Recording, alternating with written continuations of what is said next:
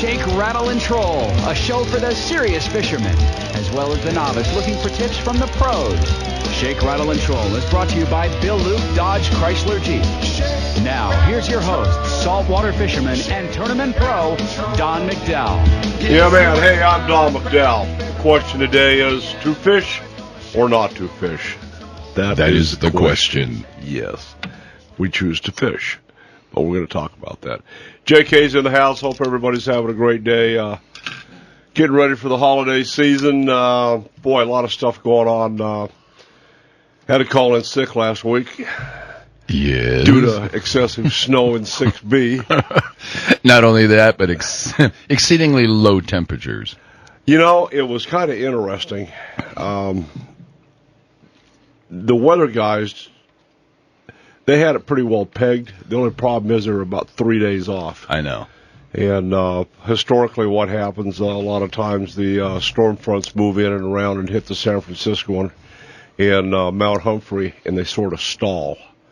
And I think that's what happened. We got snowed. It snowed on Wednesday before opening day on Friday.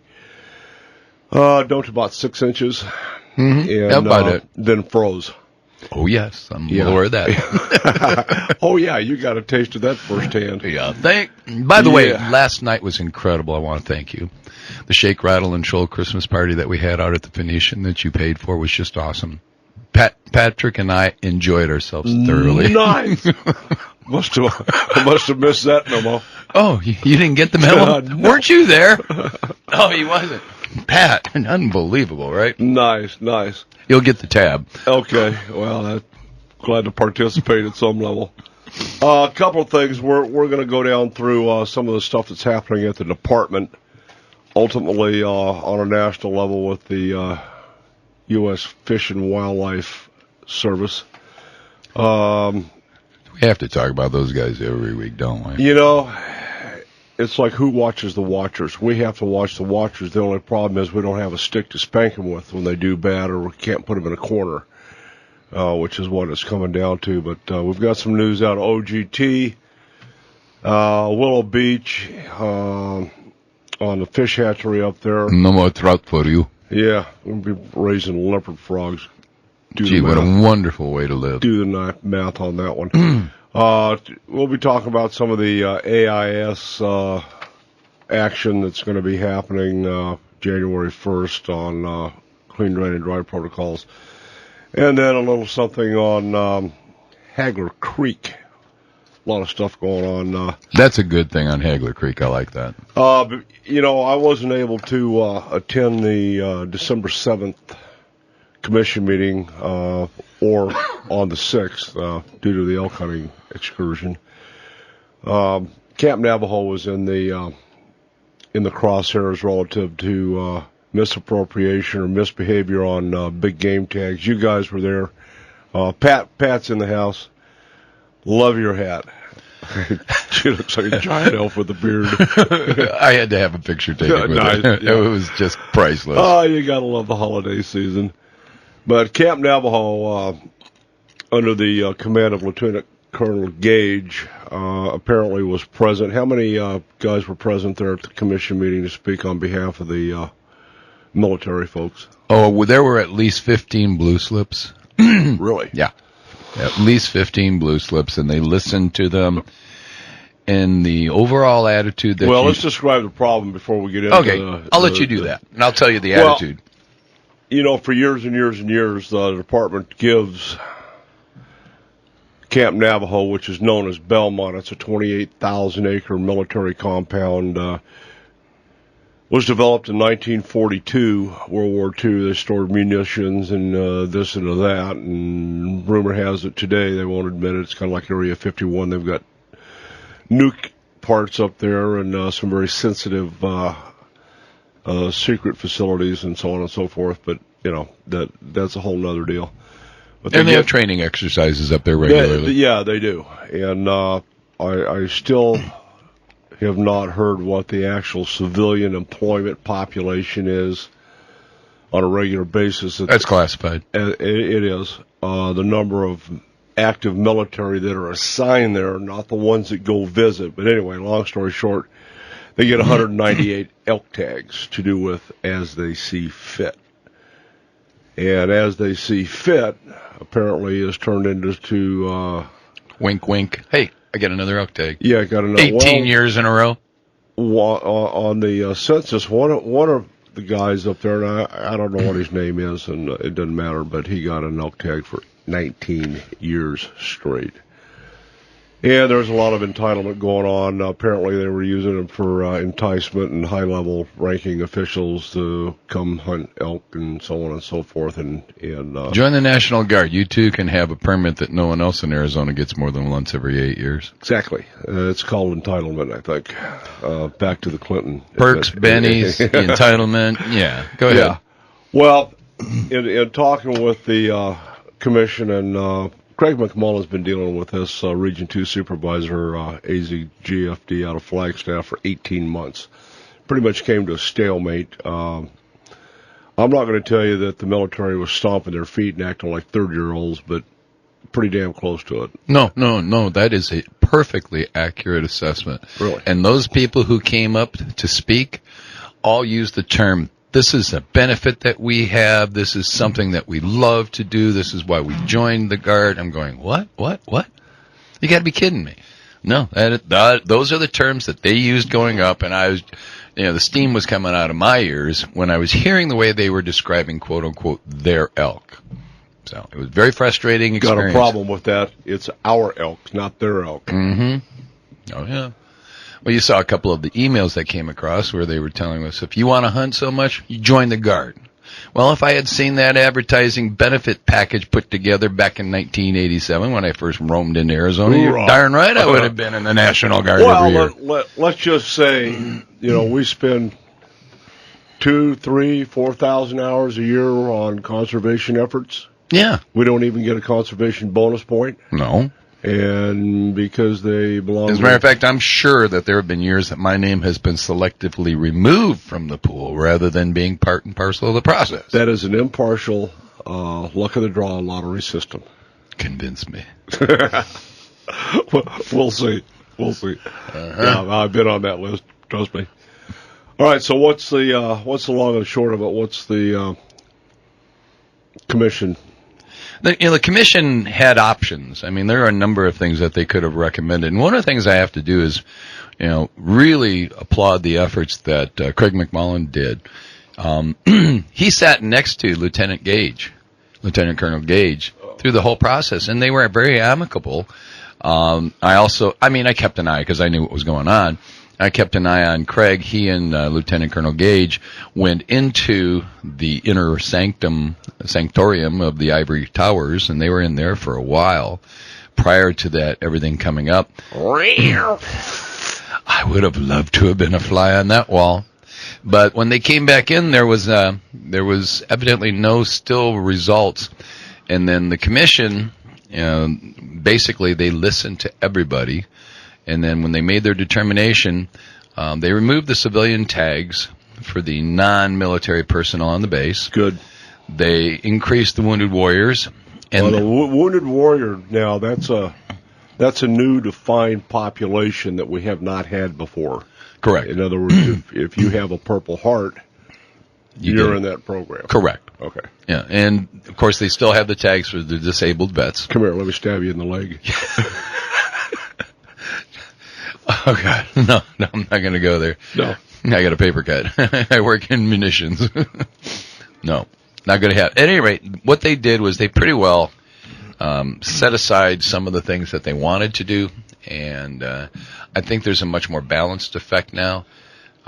Certainly Commissioner Davis felt very happy with the results in terms of who is now going to be getting tags and who is not going to be getting tags. And the Arizona National Guard is not going to be walking around broadcasting it's a perk or a benefit to hunt in Camp Navajo.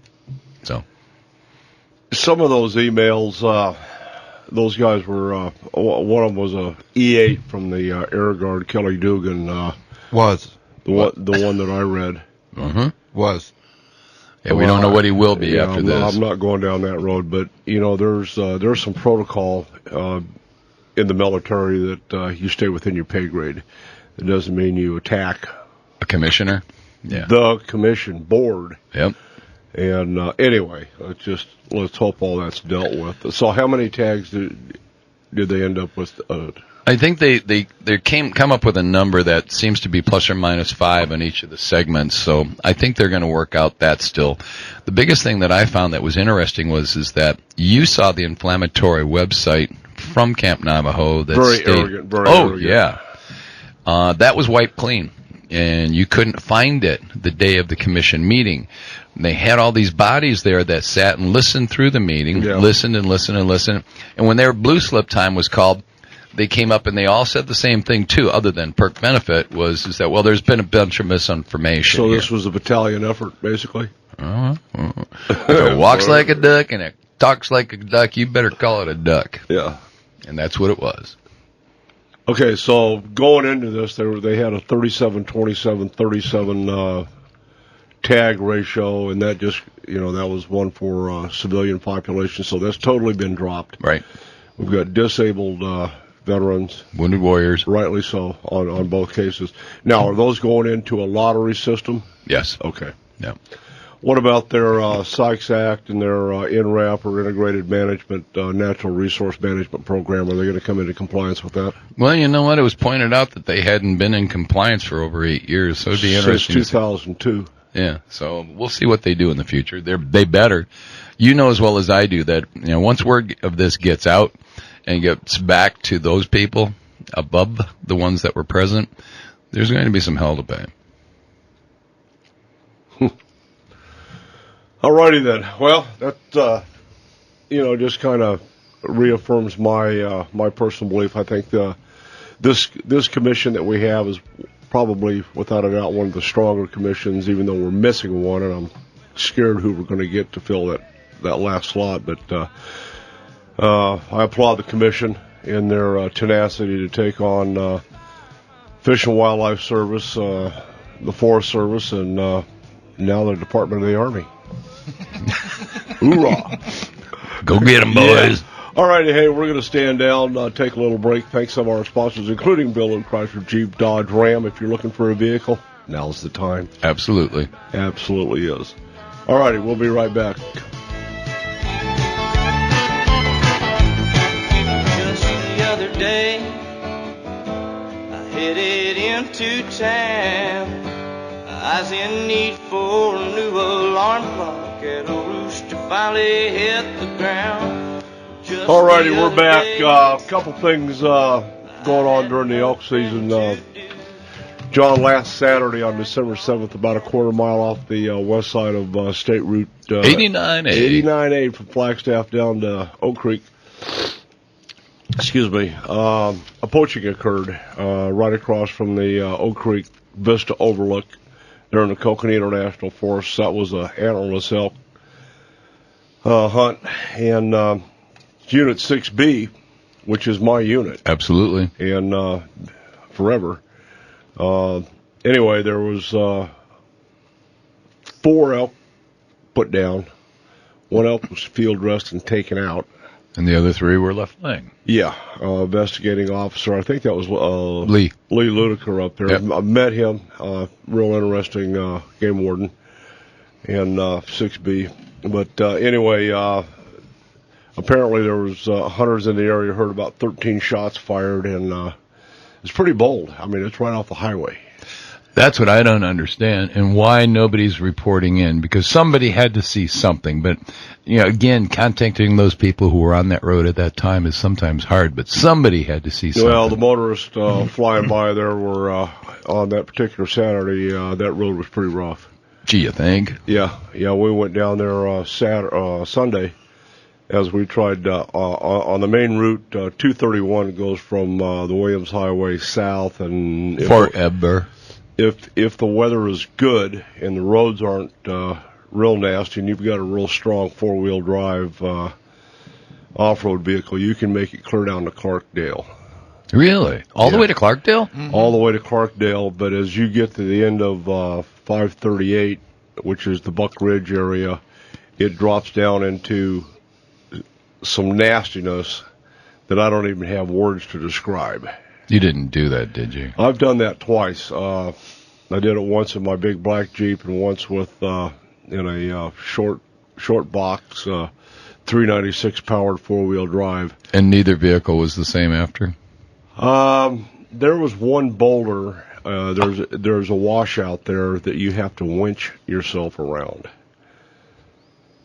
It's not happening. Yeah, you can't go on the outside because there's not room, and you either turn around and go back, or you try to figure out a way. So, dig, shovel, winch. You can make it. But there's some switchbacks coming down the south side of the north face of Oak Creek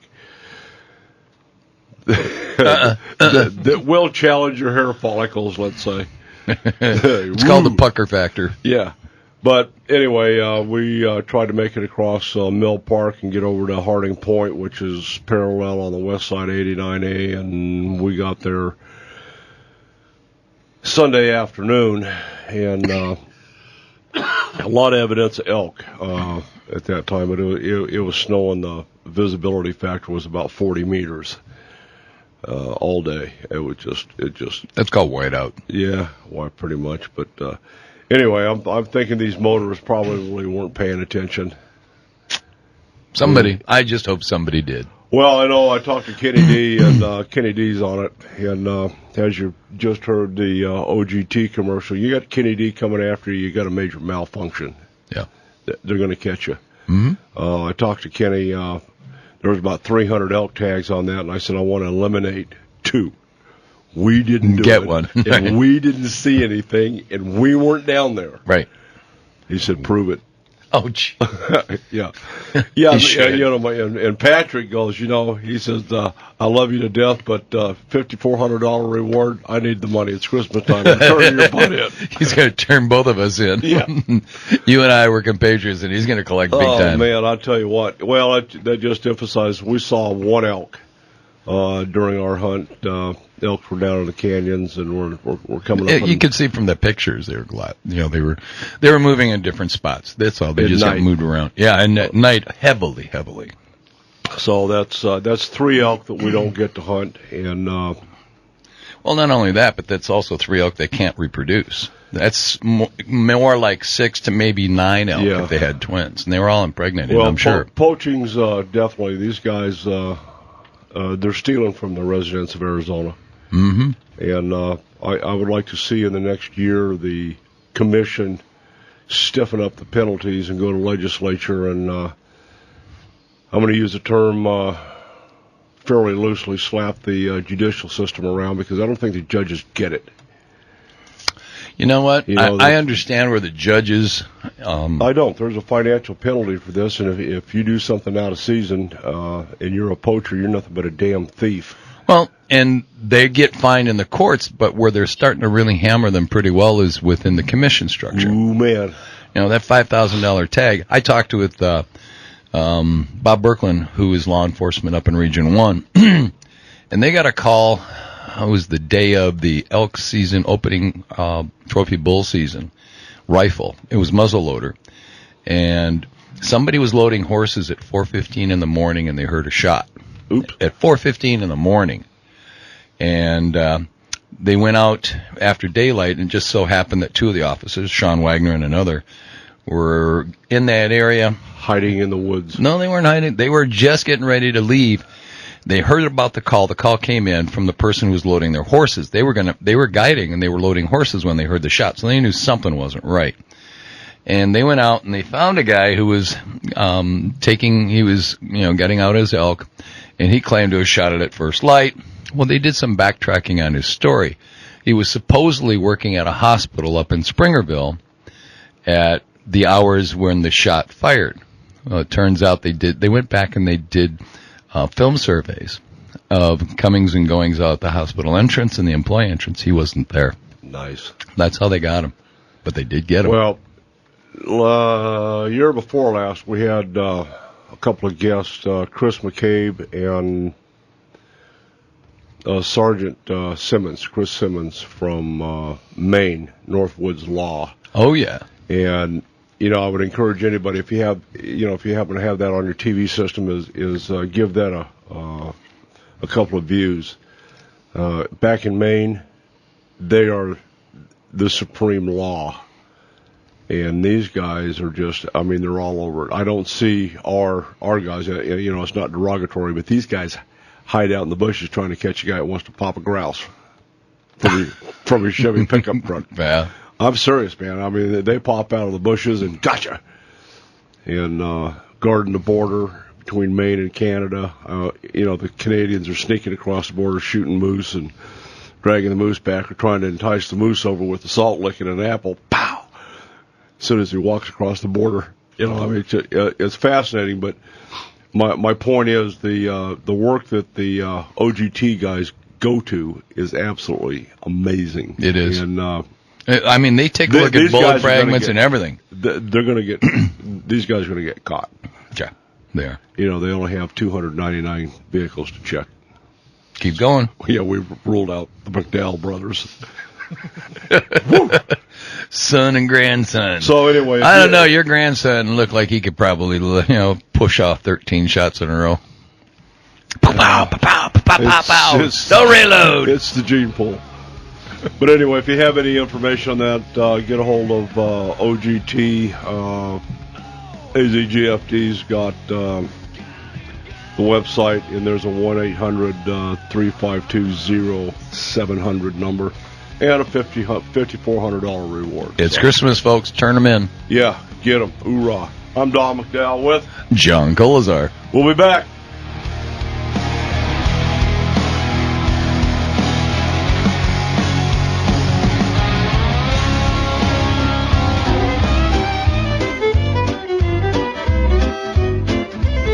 I sure do like those Christmas cookies, sugar. Oh, yeah. Oh, yeah. Christmas cookies. Like those Christmas 'Tis the season to fish deep. Alrighty, a couple other things going on. We'll mention, let's talk a little bit, John, about Hagler Creek. You know, that's one of the nicest areas that we have in terms of vegetation, in terms of water flow. Elk. Oh, yeah, they're there too, aren't they? Yes. Well, Hagler Creek, Arizona Game and Fish Department, under the watch of Chief Cantrell, are proposing to repopulate a portion of Hagler Creek. They're growing native Gila trout there. Gila. And there's some German brown trout on the upper arm, and they want to remove those fish.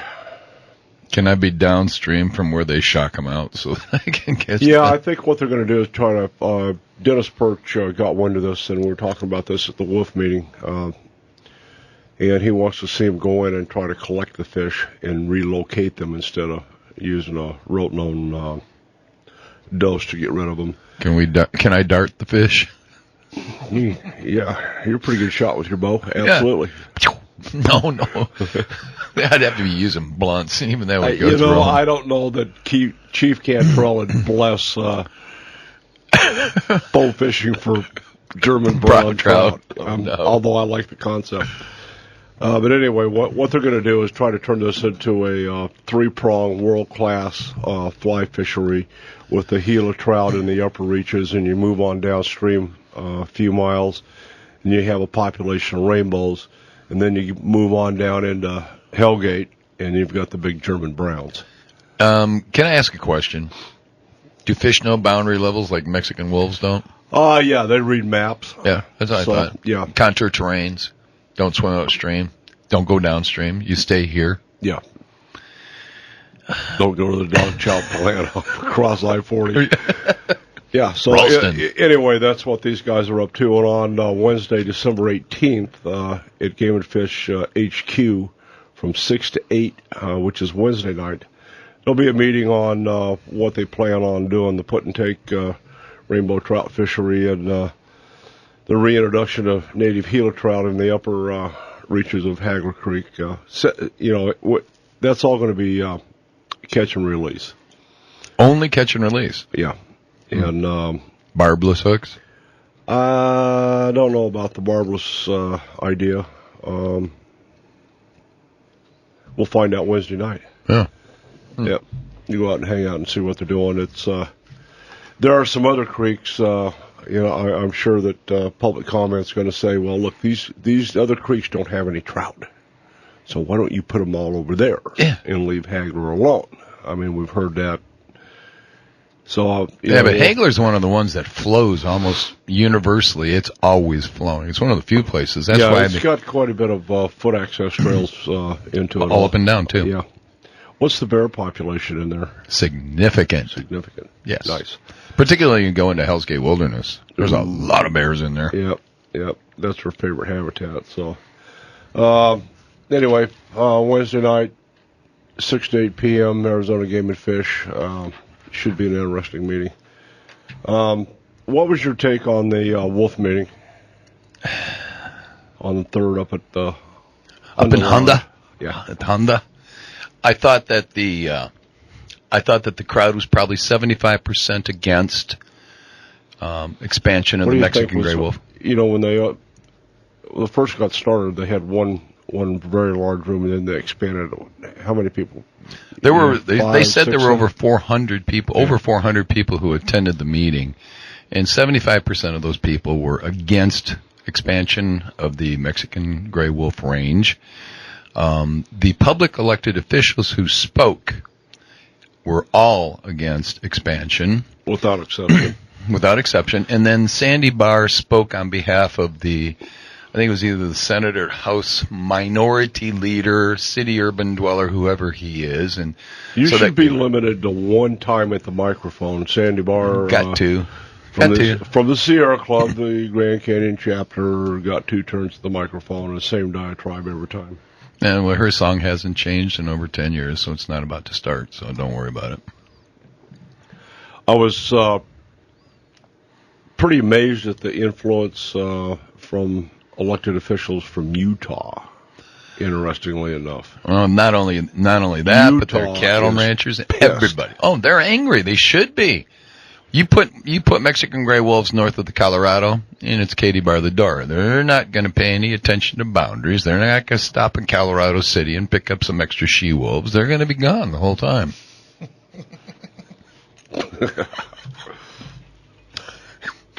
Thank you, J.K. I appreciate that. Yeah, so St. George is out of the question. Yeah.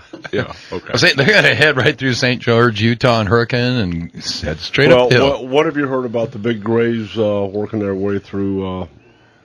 They're not any closer, that's for sure, and they're not recognizing them as being in Utah. Well, the last alert I had, they were somewhere between 150 and 125 miles from the northern Arizona border, going into the Strip. Well, if they ever see one out there, I guarantee you it won't live long. Well, there's a certain element, Kim Cumbro, or whatever his name is. Yeah, Mr. Kim Cumbro. Wants to have wolves in the Grand Canyon, in the national park. They want them in the Kaibab National Forest, which is a one-of-a-kind, pristine mule deer herd. They put them in 13A and 13B, and they will wipe out. I mean, those tags, there's only 75 tags for 3,500 square miles each year. Yeah. 75 tags total. And they know that not all of them will be successful. That means there's 60 deer that they think they are going to go out of 3,500 square miles, and they want to put wolves up there because it's quote-unquote suitable habitat. Maybe suitable habitat because it's remote, but there's no darn prey base for them to eat. What are they going to eat? Well, it seems to me like the Fish and Wildlife Service, under the watch of Sherry Barrett. It goes further. It goes to, Dr. Tuggle. It does, and it seems to me they're missing the boat. 90%, 93%, whatever the number is, more than 90% of the home range of the Mexican gray wolf is in Mexico. They call them Mexican gray wolves for a reason, and they're trying to achieve 100% of genetic recovery. In Arizona? In New Mexico. I'm not quite tracking on that. What's happening down in Mexico? Is Mexican government going to engage? Well, there were theoretical discussions, and they claim, and Steve Clark asked a good question. He said, okay, why are we not having more involvement? And Sherry Barrett danced, is she? She's so good at doing that. I mean, she does have a future in politics. She danced around the question. She said that they are engaged and that they are cooperating partners. I don't believe anything she says. Well, they've only put 10 wolves on the ground in Mexico, for crying out loud, and those didn't last long. They were poisoned. No, not lead poisoning. They were actually poisoned. Those are subsistence cattle ranchers down there, and those Mexican boys aren't going to mess around with them. Well, any predator. It's not so much even that. I mean, the cowboys are going to have a hard time with it. There's no question. But where are they going to survive really well? Is it going to be in the hills, in all the mountain ranges around Mexico? Sierra and guess what? Madres. Yeah, the cartel owns that. Excuse me, you want to send some biologists into the cartel areas to make sure that the Mexican gray wolf is doing fine? You'll never see the scientists. 1941, there was a Sasquatch sighting in the Sierra Madres north of Lake Huitas. Really? Hoorah. Yeah, I'm just saying. Was he wearing a sombrero? I don't know. That's a fair question. There's some interesting terrain down there that is, almost totally inaccessible. Other than it's interesting in the Sierra Madres. There's a culture, a tribe of Indians that live up there still. Oh, nobody wants to mess with that. Yeah, I'm not sure I'm tracking on anything that comes out of Albuquerque, the Fish and Wildlife Service. I'm just sick to death of it. They're trying to dominate what's happening in the woods. In fact, that's where the directives came from for the wood cops up in Coconino County, Kaibab, and Prescott National Forest on seizures of camping trailers that are left more than 72 hours. And I understand that they... I wonder if they were hauling any trailers out over last weekend. There wasn't one to be seen. Of course not. I mean, we were bivouacked right on 231, which is the main thoroughfare in and out of... the only way into hell and the only way out. And we didn't see a game and fish truck, nor did we see a woodcop truck. Oh, I bet you didn't see the law enforcement of Coconino County either. It's, you know why? Because they didn't want to be out there. Normally, the sheriff's department isn't out there. No, they're never going to go out there. Unless you call them. And we did download and print off the AZGFD placard that this is not an abandoned vehicle and blah, blah, blah. It may look like it, but it's not.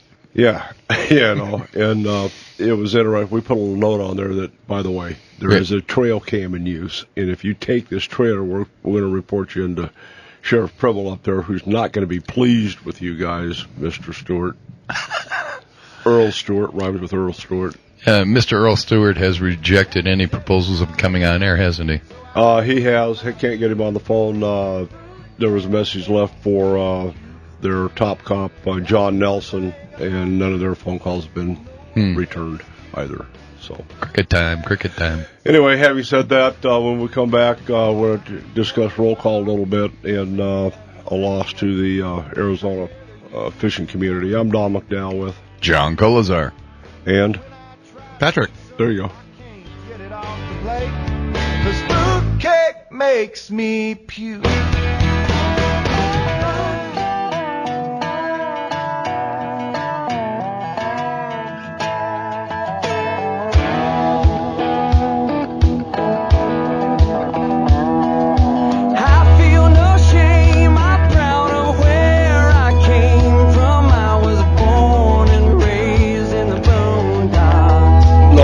Back. One more thing I want to get out here on the air. We've been talking about invasive species, aquatic invasive species. What's that? AIS. Oh, tell me what is that? I have never heard of that before. Water wolves. Water wolves. Things that invade the water. Yeah, we've got a new directive coming out of AZGFD enforcement through the efforts of Chris Cantrell, our new fisheries branch chief. Citations will be issued starting January 1st on ARS 17-255, one of the director's orders that came into law on clean, drain, and dry protocol. Long and short of it is, John, if you have your plug in your boat and you have left an infected water and if we're going to go over theirs, you will be pulled over. It's a probable cause stop. Don't have to have a tail light. Don't threaten me. I've heard this song for 7 years. No, I'm not worried. It's coming down. We should be out there January 1st just to watch. I'm not messing with these guys. If Kenny D or Jim Hinkle or any of those boys are involved, Kevin Bergeson. No. Yeah. You put Mr. Hinkle out there, and I'm going, yes, sir. Yeah, boy. But anyway, the first stop's a $50 infraction for having your plug in your boat. Good. It goes further than that. They're going to look in your boat, and if there's water in your boat, that's another one. That's another $375 issue. Ooh, I like that. $425. And it just keeps going. There's guys that are transporting, live fish, which we're not supposed to. So I mean, this whole thing just snowballs into, depending on who you are and what you've been. If you've been drinking beer, pow, got you again. That could be a real costly stop. It could be. Yeah, you're looking at a $5,000 deal. I mean. No, easy. Yeah, and it's interesting. It's not aimed just at anglers. Unilaterally, some of the more frequent infractions are wakeboard boats. They have a bladder that holds water, and it's hard to drain that water. I mean, even if you try to, you're not going to get all the water out. Some of the jet skis have ballast tanks on them. Some of the hot rod high performance boats have ballast tanks. So they're going to be watching. And some of the infected lakes that we're talking about, Lake Powell, Lake Mead, confirmed quagga mussels. Wasn't Lake Mead the first spot that they found it? Yeah. They have the quagga mussel, and they have the New Zealand mud snail, which is another little interesting character. Mojave, same thing, quaggas and mud snails. Havasu, quagga mussels, and Didymo. Didymo's kind of like rock snot, let's say. And the mud snails, because they're upstream from Havasu or traveling downstream, they'll eventually get there.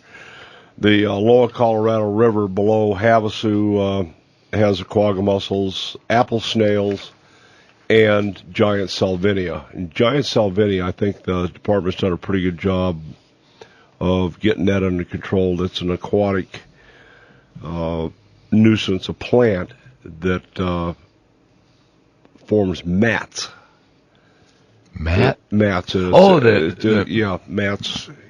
Weed mats, and it's interwoven stuff where it's hard to get through. Almost impenetrable. And California kicked in. I don't see California doing a lot on AIS enforcement for boats coming out of Arizona, crossing the border, going home. But if you try to get on one of the bass fishing lakes with an Arizona bass boat, you're stopped. You're going to get an enema before they let you go on that lake.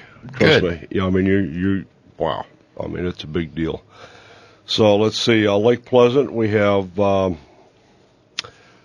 mussels. We have largemouth bass virus.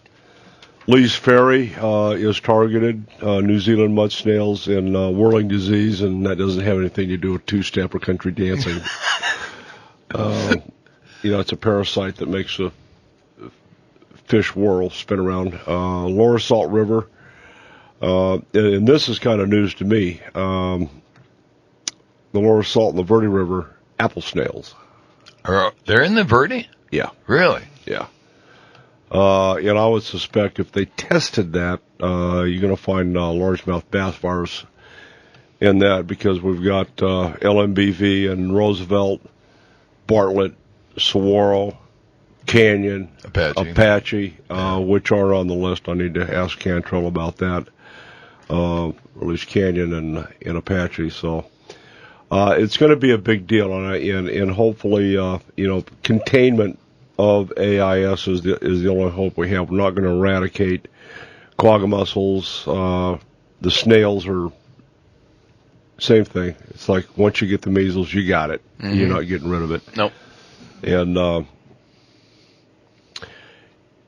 the deal is when, and again, it's unilateral. I don't care what kind of boat you have, sailboat, blowboat, motorboat, rowboat, whatever it is. You need to pull your boat out, pull the plug, at the ramp or the parking lot. Drain all the water from the bilge, bait buckets, live wells, or bladders, ballast bladders. One thing we have been fighting is the disposal of unused bait. They're dumping it. Dump your bucket. No, dump your bucket in the trash. Never back in the lake. Obviously, transferring live fish from one body of water to another. We know what we've seen. The tickets and the infractions and the spanking that goes on with that. It's a heavy monetary fine. You will lose your license for 5 years, your hunting and fishing privileges in Arizona. And then rinse any mud or debris off of the trailer. And this goes a step further. This isn't just for boaters. This is for fly fishermen or anybody that's wading around. Utah, Colorado, they've got a little program. Clean, drain, and dry your waders. Your waders. Your sneakers. Your creel.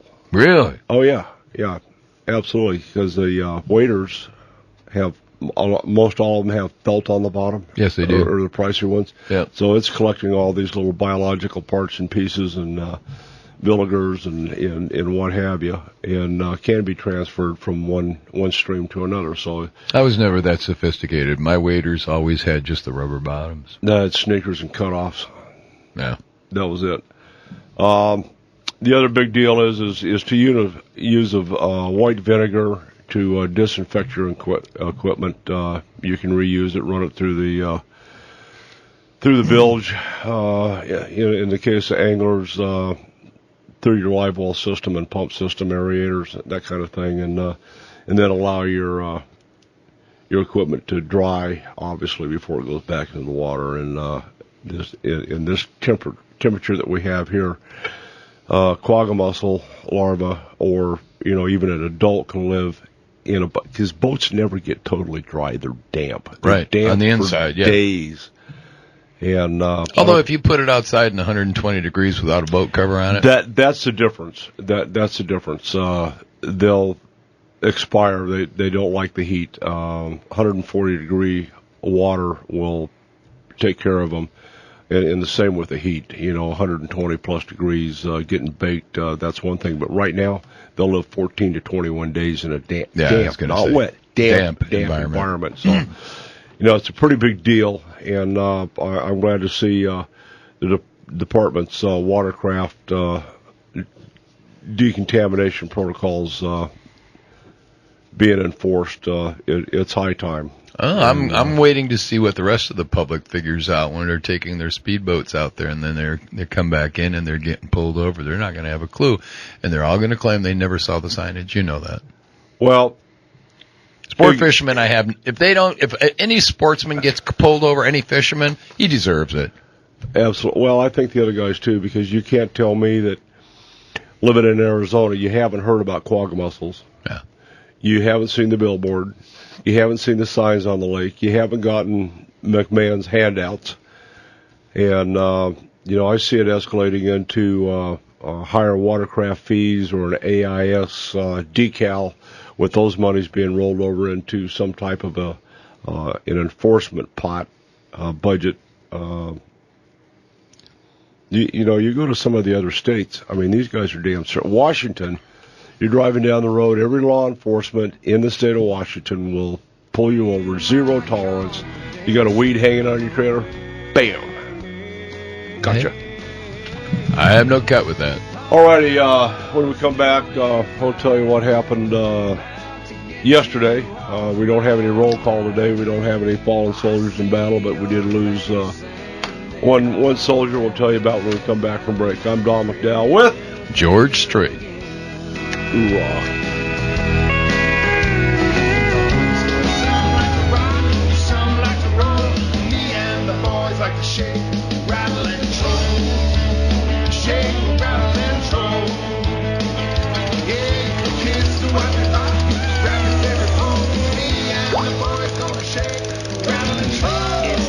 Shake, Rattle, and Troll, a show for the serious fisherman, as well as the novice looking for tips from the pros.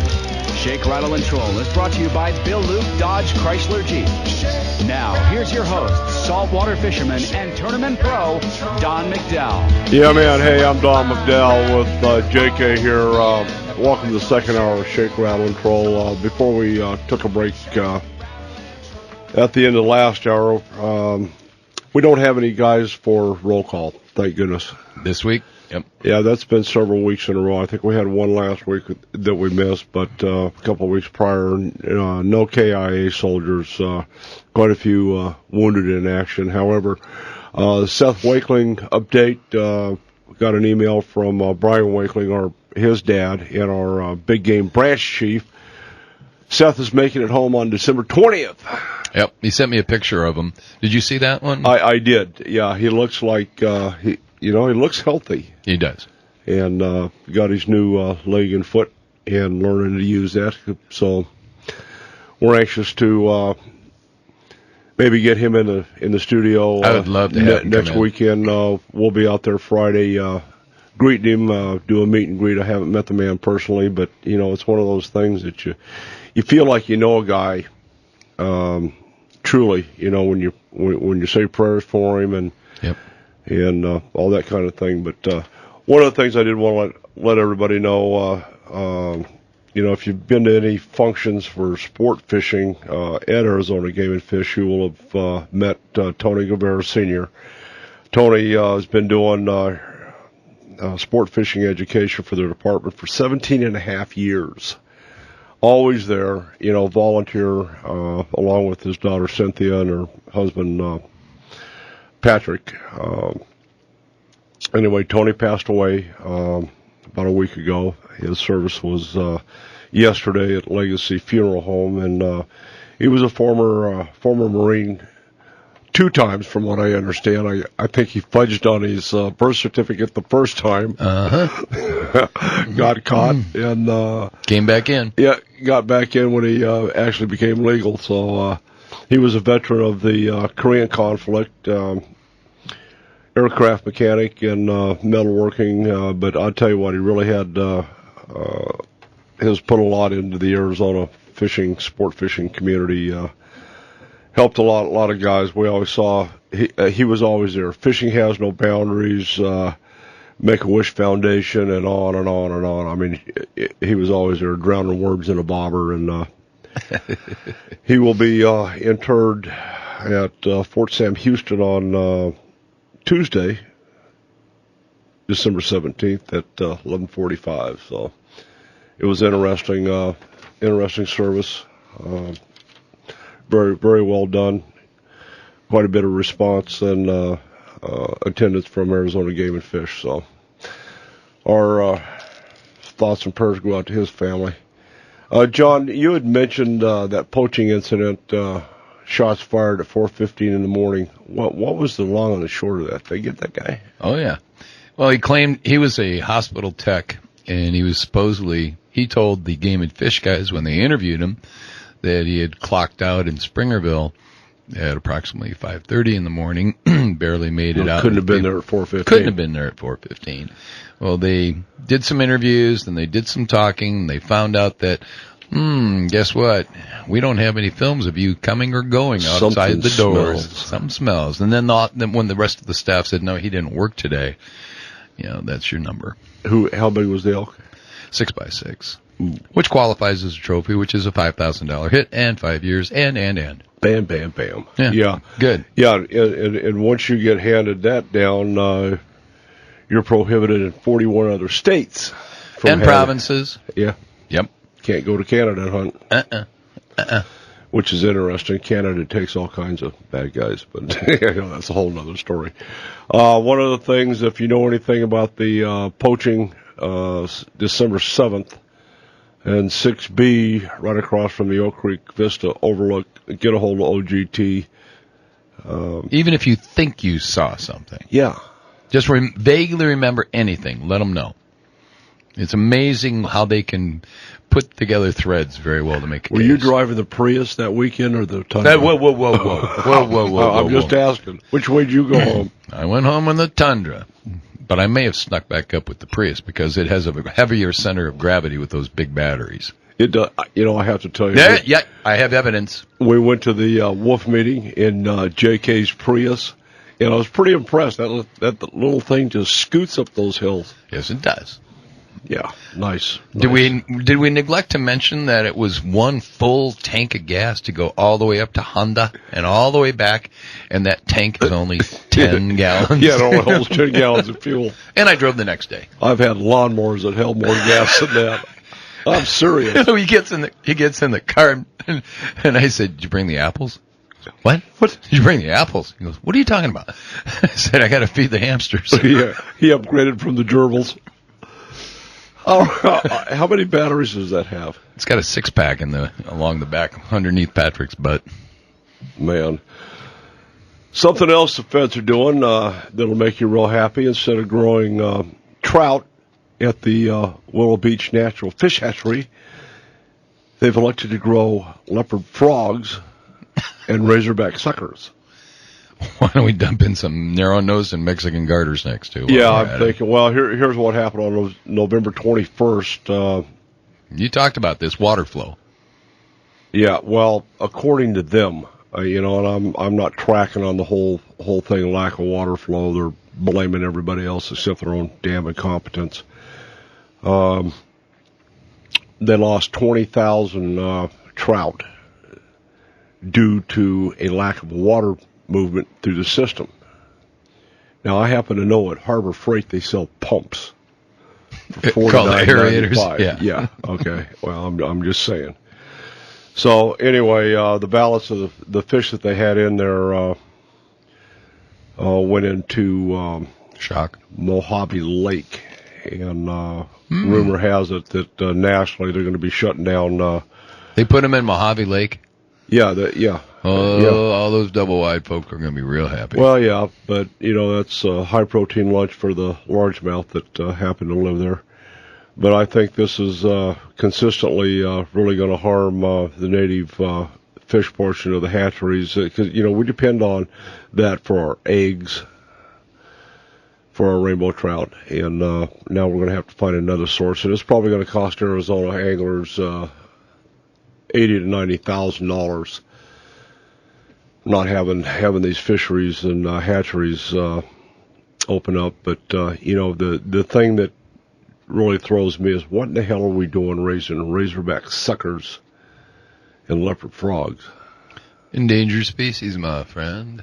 Come on, get on the list. Albuquerque again? Oh yeah. Nice. Do you want the list of all of the items that we've heard of over the last few years? It's incredible. They come out of Albuquerque. At some point in time, No, they don't come out of Albuquerque. What happens is the Center for Biological Diversity determines or finds any little critter, whether it is a narrow-nosed garter snake or a Mexican garter snake.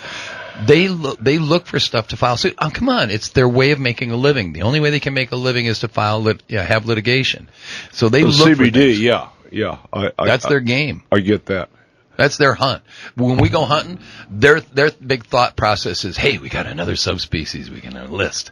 Let's go get them. That's what they get off on. You know that?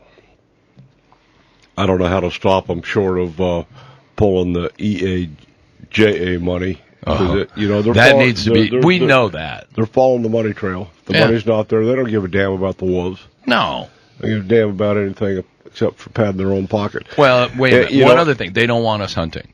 That's that they don't. Yeah. You get us off the land, that means nobody's out in the woods. That means Forest it's nature. Service wants us out of the woods. Yep. Well, the Forest Service has been invaded by enviro litigants. Give me a break.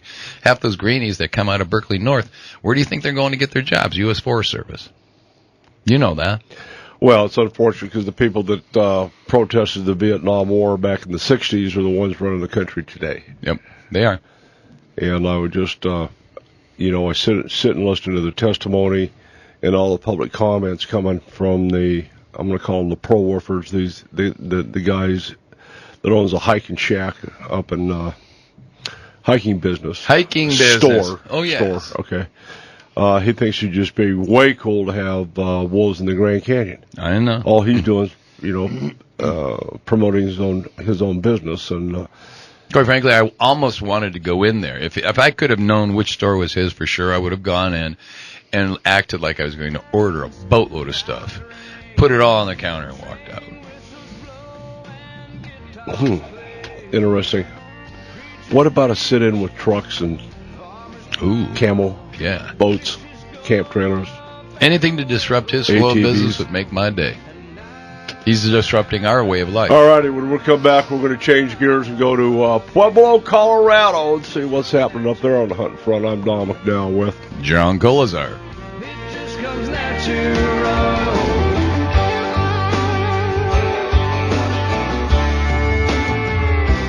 Brother, it's a long road.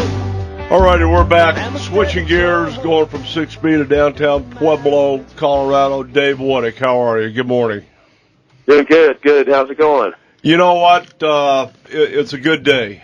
You know, we're about 45, 47 degrees. How are you up there in Pueblo?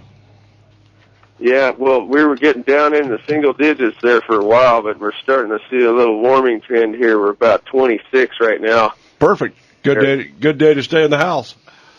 Yeah. Well, hey, I want to thank you for joining us. Before we get started, what's your website for the guys that are on computers and want to play along? Yeah, I got a website. It's called it's www.naturespiritproductions.com, and I've got some grizzly bear fighting on there in my stock footage bin. I've got some bull elk fighting, some pronghorn buck fights, and little kind of few extra little different array of wildlife on there. I got some grizzlies chasing wolves, wolves chasing coyotes there. But it's a little taste of my stock footage on that site there. We got about 500 or 600 hours of stock now, so we got quite a huge array of different wildlife now. So I've been collecting for about 30 years and putting together a program here and there when I get time to do it. Well, when I talked to you last week, you had an issue with some mountain lion popping mule deer. How'd that turn out? Oh yeah, every once in a while the mountain lions, they come on down to the edge of town here and hunt deer. When the deer populations get kind of thick, it seems like the lions will show up here and do a little picking off of the herds there. But we didn't see him. He was in the area for 2 days last week, but we weren't able to locate him. So he will be back. Yeah, once the buffet line's open, it doesn't go down real fast. No. Yeah, that's it. Yeah, but the cougars they're doggone hard to find. They're just so elusive, and so people out there living in the country where they're showing up, they're hardly ever see them. And so I talked to one guy who rode the range for about 40 years with his cattle on the front range here, and he said he only seen 3 in that whole time there. And so it kind of shows you how rare it is to see one. Yeah, it was pretty interesting. Our home unit just south of Flagstaff, Unit 6B, and I don't remember ever seeing multiple mountain lion tracks, but this elk season a couple of weeks ago, we were on 3 individual different mountain lions, and pretty interesting up there. But let me ask you, what's your knowledge and posture on the national wolf issue up where you are in Colorado? We're fighting the introduction or more introduction of Mexican gray wolves. Have you heard any controversy in Colorado on that? You know, I don't know exactly what the latest news in Colorado is, but I know that there's been about 2 or 3 different incidences, I think, that wolves have come down from Yellowstone and ended up in Colorado. But I know that a couple of them, I think, got killed on I-70, but they said that one of those wolves had been tracked clear down into Arizona there. So they're out looking for new territories to establish. Whoa. Back up. Say that again. They said what on the one that went down to Arizona. They had one go from Montana to Arizona. Yeah. That wolf got tracked all the way down the Continental Divide, all the way down into Arizona, southern Colorado into Arizona. Then it turned around and it went back north again, and I think that is one that ended up getting run over on I-70. there because it had a collar on it. Wow. There's always a possibility there could be new establishments anywhere in the mountains. I mean, of the Rockies, because they can move quite a distance. So they said there was a pair that started to set up in North Park, Colorado, I think a couple of years ago there, but I think those wolves are gone now. So I'm not too sure what the latest news is on the wolves, but there's just it's going to be a big interesting thing how it all pans out, because of the prey base is all changed, since the historic populations there, and so it's always going to be a dilemma to see how this all starts panning out. There, but the cougars, one day I had a cougar stalking me on the Greenhorn Mountain. One morning we were filming hummingbirds and butterflies and stuff. It was a spring morning up on the Greenhorn. And I heard a crack, and I looked up, and this cougar's running full steam coming right at me and my son and my friend. And there I didn't have a gun with me or anything that day, and so we stood our ground, and the cougar froze up in a hunting pose and staring us down for about 2 minutes. And then I put the camera up on it and snapped the shot. My son was telling me, "You better get the shot," because we didn't have a gun. And so I snapped the shot, and this big cat took off running back up the hill and disappeared over the top of the mountain. But you can see that on my website at naturespiritproductions.com, and you go to mammals, and you go down toward, I think it's page 12, you'll see the cougar on there with his paws talking to me.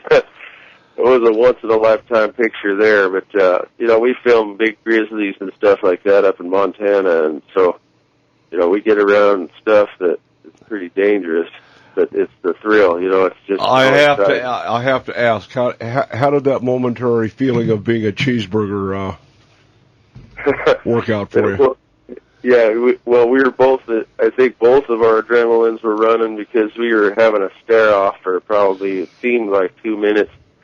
There, then, that's when my son says, "Hey, Papa, we don't have a gun, do we?" I said, "No." And you were out in the woods unarmed because you were doing butterflies? Yeah, we figured out nothing to worry. We were just deer and stuff up there, but we weren't really thinking about a predator that day. I don't even go to Circle K without a 45 automatic. I never, ever, ever walk any mountains without bear spray, at least. No bueno, Carlos. Yeah. The pepper spray, the combo for grizzlies, I mean, we carry a lot of bear spray down here only because it's much more convenient. And when spring bears are out in the manzanita berries, you have to have something because you will get charged. I have lead spray.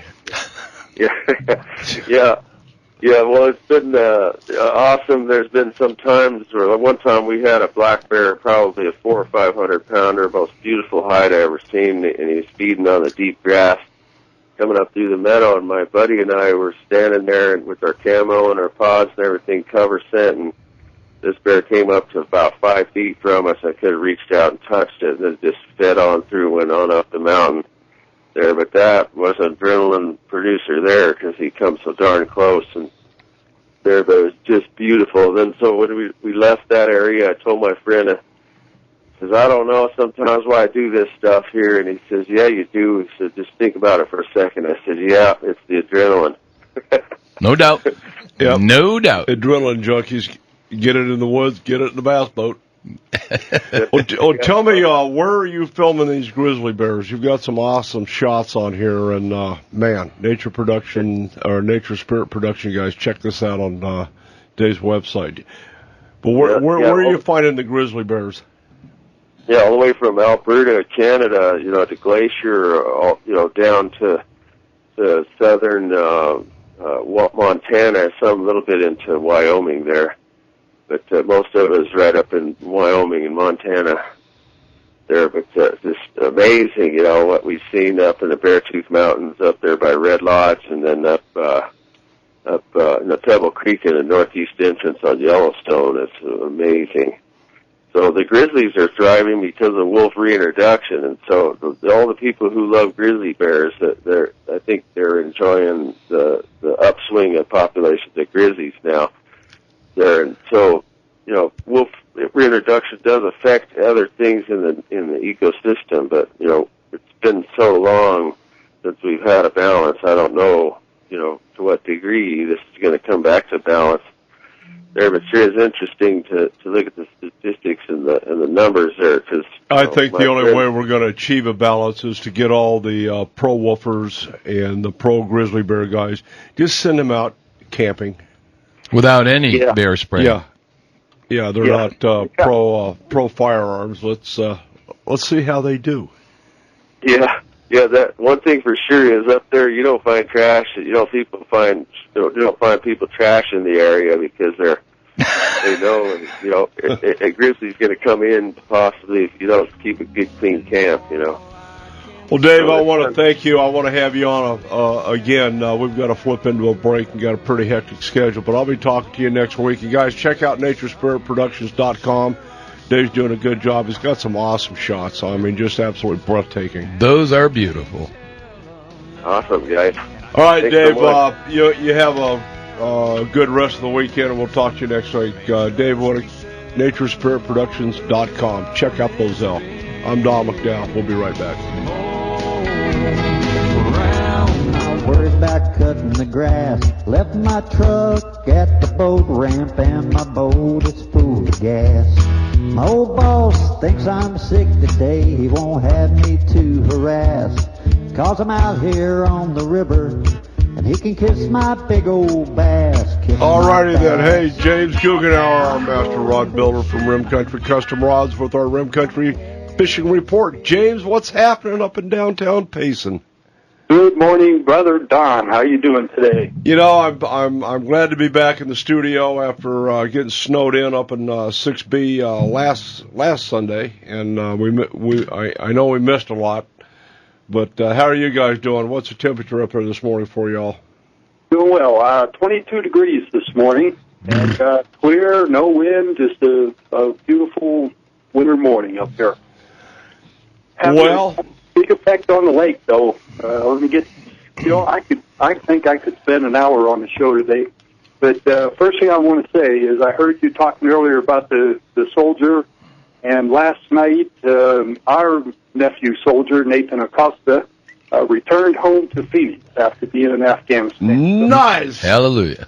We had about 25 people at the airport to meet him, and pretty emotional. He was just glad to get home to Mesa yesterday. Well, I'd like to get you and he in the studio. We're going to try to get out to Sky Harbor and welcome Seth Wakeling home. He's going to take a 10-day vacation from rehab and hang out with the family over the holidays. But, yeah, I'd like to get Nate in here and visit with him, shake his hand, and give him a pat on the head. Yep. It's pretty welcoming. We're not only greeting him, but perfect strangers are walking up to him. So. Oh, man, yeah. Very nice. Well, we've got a SRT shirt and a hat for him, definitely. Oh, sounds great. The other thing is I was just looking at Clifford Perch's website. Clifford does guiding in the fall, hunting elk. And, I mean, anyone who hunts elk needs to go look at Clifford Perch Outdoors website and look at the elk that he got for some of his clients this year. I mean, just monster elk. I don't know how he does it every year, but go take a look at them. All right. Before we get on the fishing report, you guys were in attendance at the December 3rd wolf meeting up at Pine Top at the Honda Lodge. What's your overall take on the outcome of that and the turnout as far as that's concerned? Sure. Yeah, and, once again, Don, we thank you and Shake, Rattle, and Troll for all the effort put into this.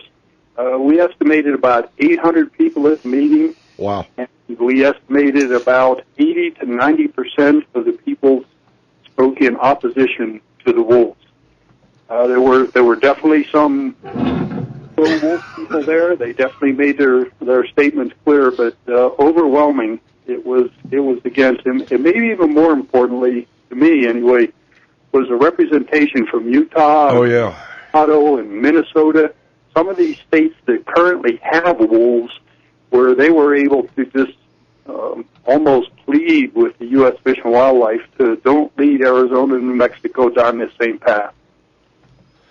Well, I think Utah had a very good representation, and as we were talking about, those guys are pretty pissed off at what's happening, and as far as the term suitable habitat for these guys in Utah, I personally, I don't think they're going to tolerate it. Yeah, well, the 17th of December is the last date for public input, so there's still time for anybody who has not voiced an opinion to the U.S. Fish and Wildlife Service, and I guess we'll see from there.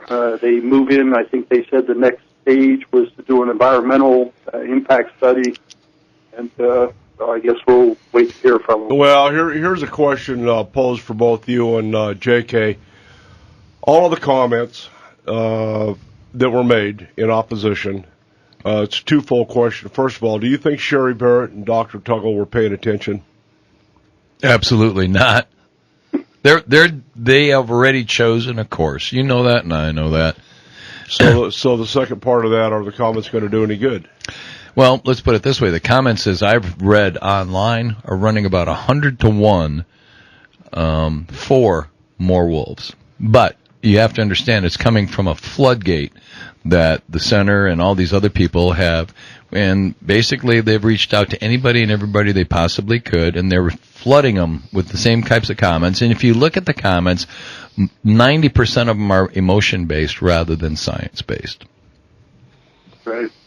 In the one comment, and I agree with what J.K. is saying there, in the question and answer period that was before the public input at the meeting, I noticed that the response to questions was not, if this proposal is approved, we plan to do this.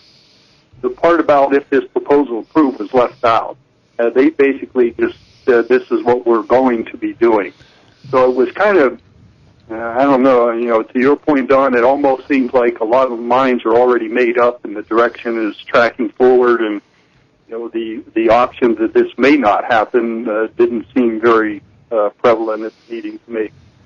Well, during that question and answer period, it came out, and I don't know if it slipped or not, or if it's information that they meant to get out, but the I-40, I-10 corridor is a temporary boundary to put the wolves up in the Grand Canyon. Correct. We missed that. You and I weren't there in time for that, but that was in that earlier segment, James, and they said that it was only a temporary boundary, the I-40 corridor, that they expect them to be north of there shortly, which tells you they're going to the Grand Canyon. Oh yeah, absolutely. That's clearly the goal. And the other thing that was in there is where we talked originally when they were in Star Valley here in Payson area. They talked about it being from I-40 to I-10. Right. And by the time we got to Pine Top, it was from I-40 to the Mexican border. Yep. So that kind of changed, too. They're already expanding the area for that. Well, we've got a number of things. We've got the wolf issue. We have the jaguar issue that's 883,000 acres that they want to restrict. And now John was at a meeting where they have the, the narrow-nosed garter. Well, the one, you missed it, James, up at the PNRC meeting last time. We had a 45-minute presentation regarding the Mexican garter snake and the narrow-nosed garter snake, where they have dramatically reduced in numbers, and they anticipate a lawsuit by the Center for Biological Diversity, which will, in effect, the maximum effect will be that they're going to have buffer zones along riparian areas for all the cattle ranchers who are up in the through the PNRC process, and they're not happy, and they shouldn't be, because if they have to put up fencing to keep their cattle out of riparian areas, that's going to keep the snakes in. They're not going to keep the snakes in. But yeah, that's the point, is that for a subspecies, and then the biggest thing though is they showed a map where they were at one time versus where they are now. You've got 2,000 contiguous miles all through Mexico where the Mexican garter snake is thriving and doing well. Arizona's habitat has changed over the years, and they're still going to be fighting a big battle because of wanting to have them in Arizona, which makes no sense to us at all. It was pretty bad listening to some people tear up when they talked about wolves. I imagine it's going to be pretty bad if they tear up when they talk about garters. It's the same diatribe that we've seen at every wolf meeting. And I wasn't at the one in Denver or Sacramento, but according to Ryan Benson, the pro-wolfers were dressed in, some of them were dressed in wolf suits and were disgruntled with the way the meeting was going, and they resorted to going out in the hallway and howling. Oh, jeez. I'm just saying.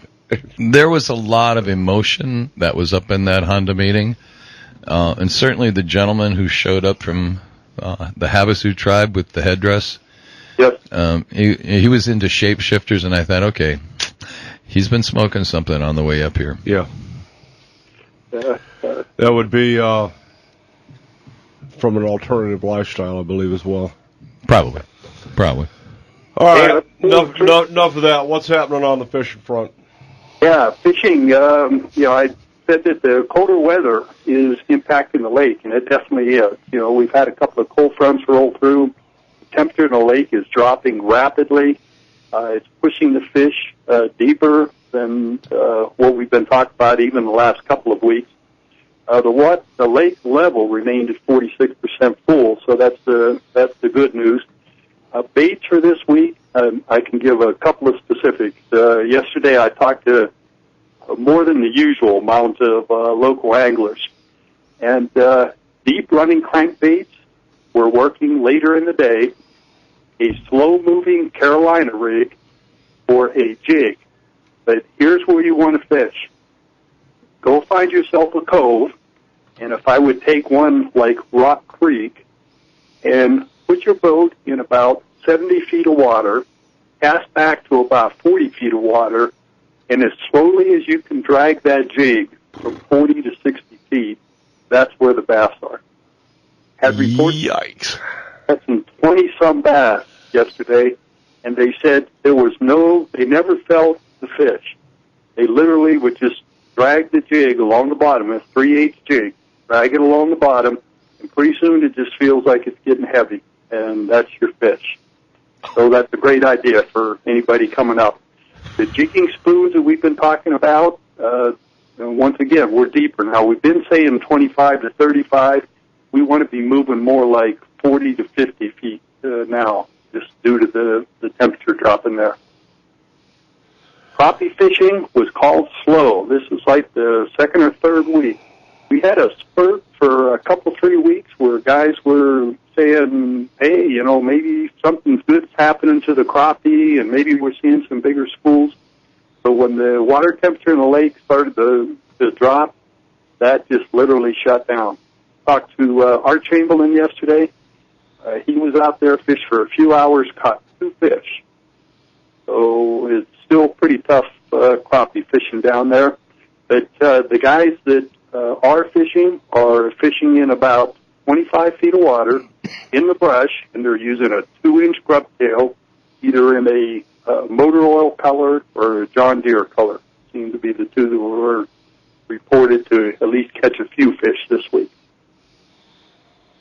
And then the last thing is we keep reminding everybody about the urban lake trout stocking programs. Game and Fish does this every year. The ones that they're putting in Saguaro are absolutely turning the bass fishing on. You'll probably be able to do that for a couple more weeks down there.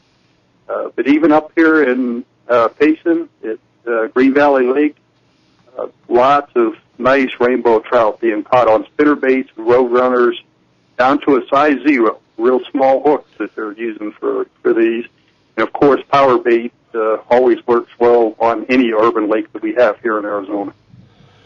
James, we've got to flip into a break here pretty quick, but I'm going to ask you to stay with us. I want to go over the results of the third Tonto Basin Roundtable meeting that was held a week and a half or 2 weeks ago. Hey, it'd be my pleasure. All right, we're here with J.K. and James Guggenauer from Rim Country Custom Rods, flipping into a break. We'll be right back.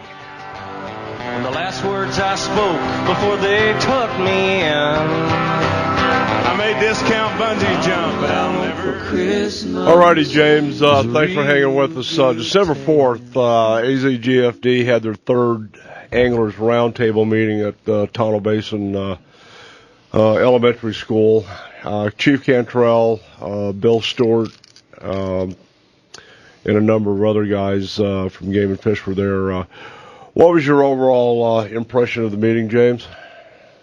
A couple of things, and yes, you're correct. Commissioner Madden and Curtis Gill made presentations there, so good representation by Arizona Game and Fish. You'll recall when all of this information started meeting with Game and Fish back in the summer, one of the things that they committed to do was to do another fish survey in the fall, and they completed that the last couple of days of October. And unfortunately, the data that was collected during that survey doesn't paint a good picture for Roosevelt.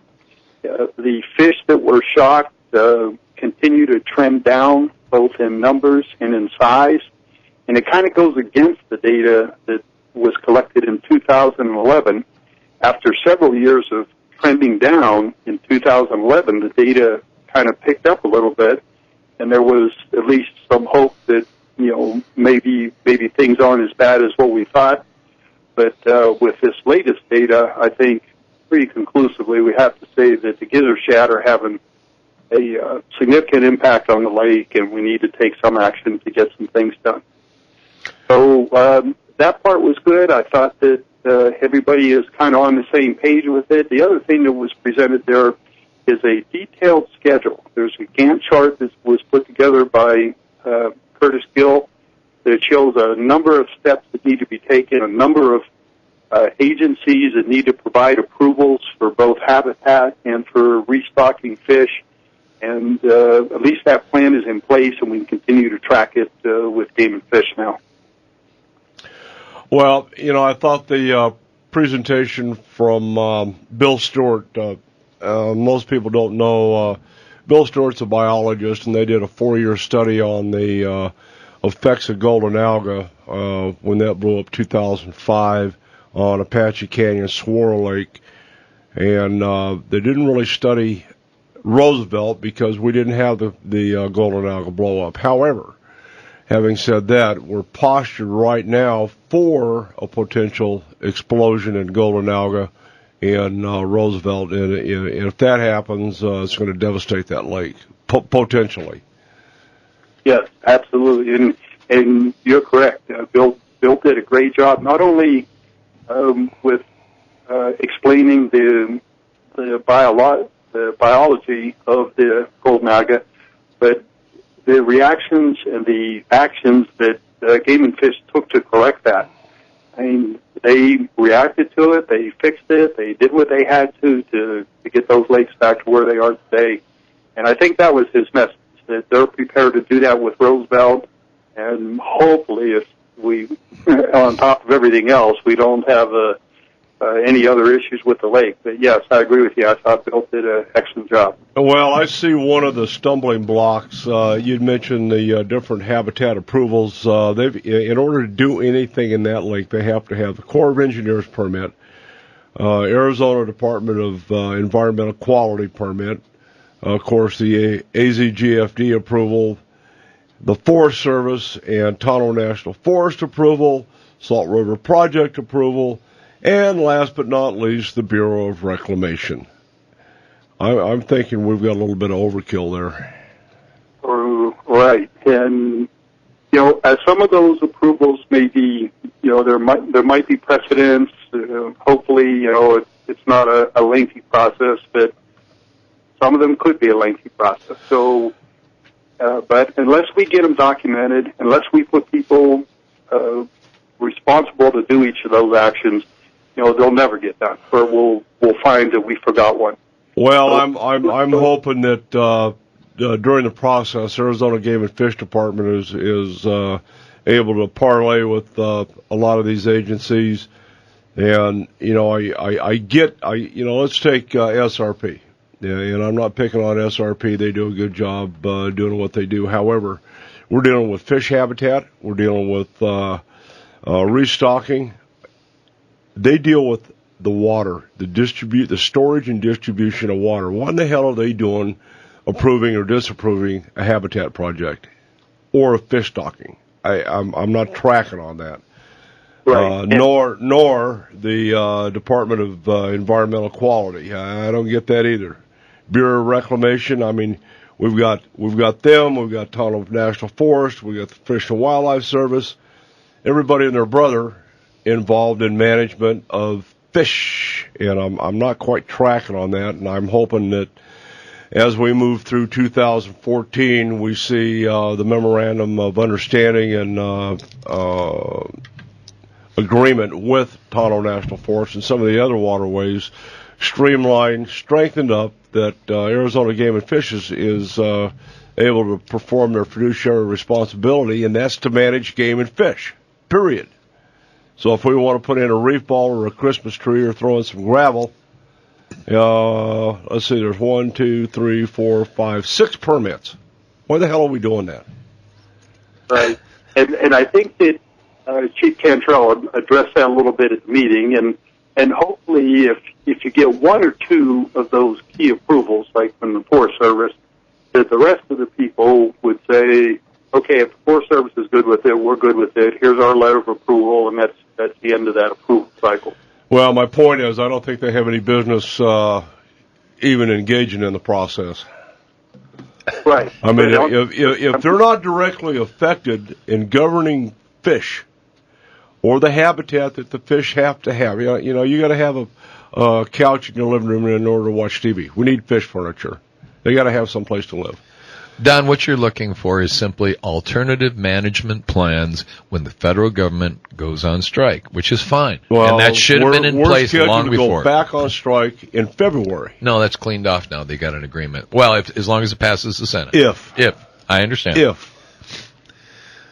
Okay.